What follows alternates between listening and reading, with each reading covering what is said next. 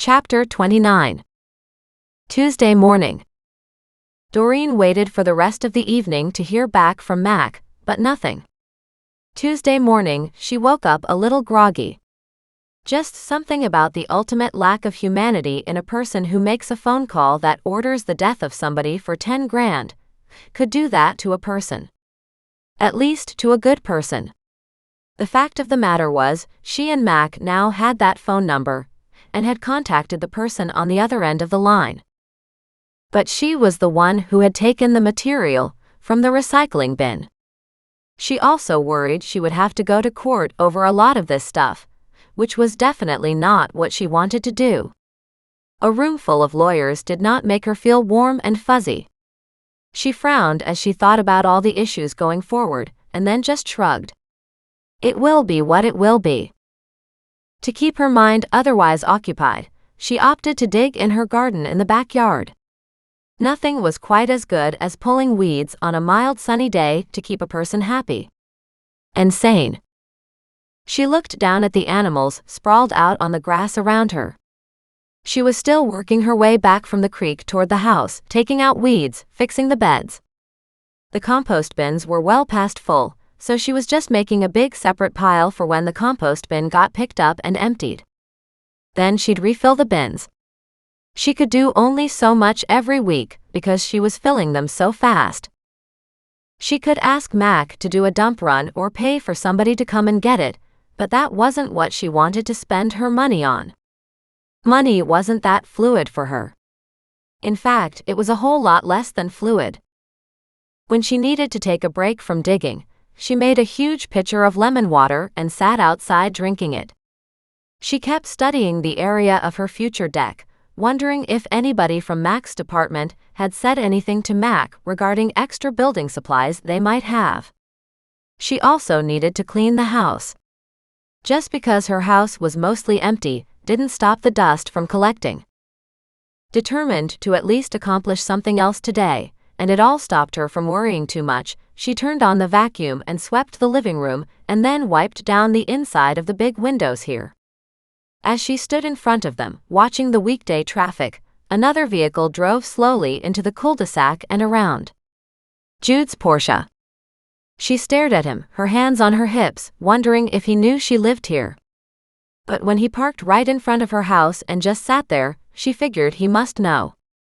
She pulled out her phone, stepped out onto her front porch and took a picture of him. Immediately the Porsche engine roared to life, and he took off. She smiled. Yeah, run away, you little coward. She went back to doing her windows. When she was almost done, another vehicle pulled up, an old rattletrap truck, and backed into her driveway. She frowned, stepped out onto the porch, and thought she recognized the guy. Sure enough, it was old Arnold, the grizzled cop she'd met her first day here. She smiled at him. Hey, what's up? He just gave a HMMPH. He walked to the back of his truck and put down his tailgate, allowing her to see a whole pile of beams. Oh, she said in delight, are those for my deck? I guess, he said. They've been sitting in my yard for at least 6 months. No sense in them sitting there any longer. She thought back 6 months and figured it was before Christmas. What were you building? We did an extra set of railings and widened a small deck. I don't need these 3. Mac said you could use them. He lifted one over his shoulder and said, where do you want it? She raced around to the side of the house, saying, over here please. Over here. He made 3 trips and she saw they were the same length as the others. She clapped her hands. Thank you, she said. I really appreciate it. He just looked at her, scratched his head, and said, well, you'll need a whole lot more yet.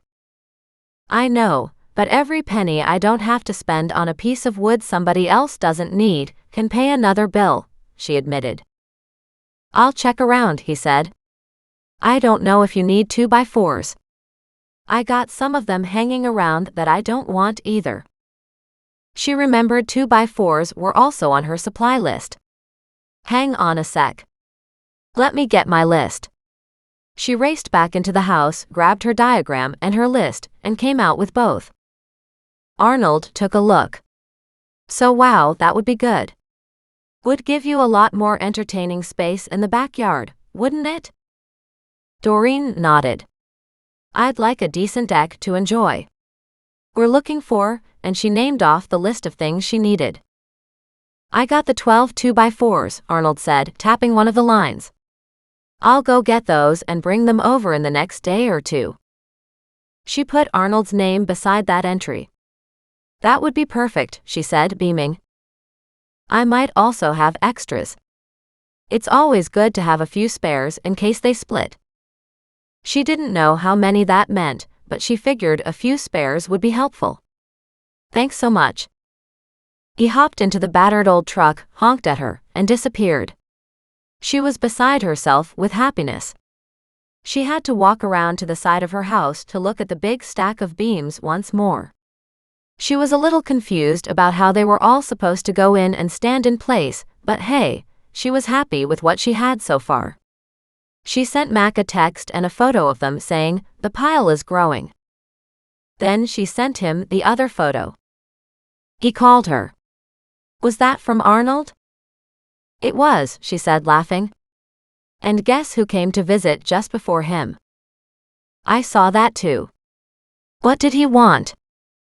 He didn't get out of his Porsche. I stepped out in front and took his picture, but he took off then. You let me know if he comes back, Mac said in alarm. Why? She asked. Because it's possible his killer for hire called to confirm he'd given us a reference. But how would he know it was me? He wouldn't, Mac said, unless he saw you in his backyard. I don't think so, Doreen said. He knew I was around the neighborhood, but he couldn't have known I was in his alley. It's impossible to see from the house. Besides, he drove away and only came back when I was leaving with the papers I took from his recycling bin. Maybe, but he might have realized what he'd thrown out, gone looking for it, saw it was gone, and thought it had to be you because who else would take it? And meanwhile, I'll be sure not to eat or drink anything he offers me in case it induces a heart attack, Doreen said jokingly. However, she would take Mac's warning seriously. She locked the front door, and she reset the security. I'm not joking, he warned. No, she said, the fatigue hitting her again. I'm not taking this lightly. Good, he said. We're on it on this end. Good, she said. Just get on it a little faster. No sooner had she hung up, her phone rang. Hello, she said as she walked back into the kitchen. Bitch, I'll get you, snapped the angry man on the other end. Oh hey Jude.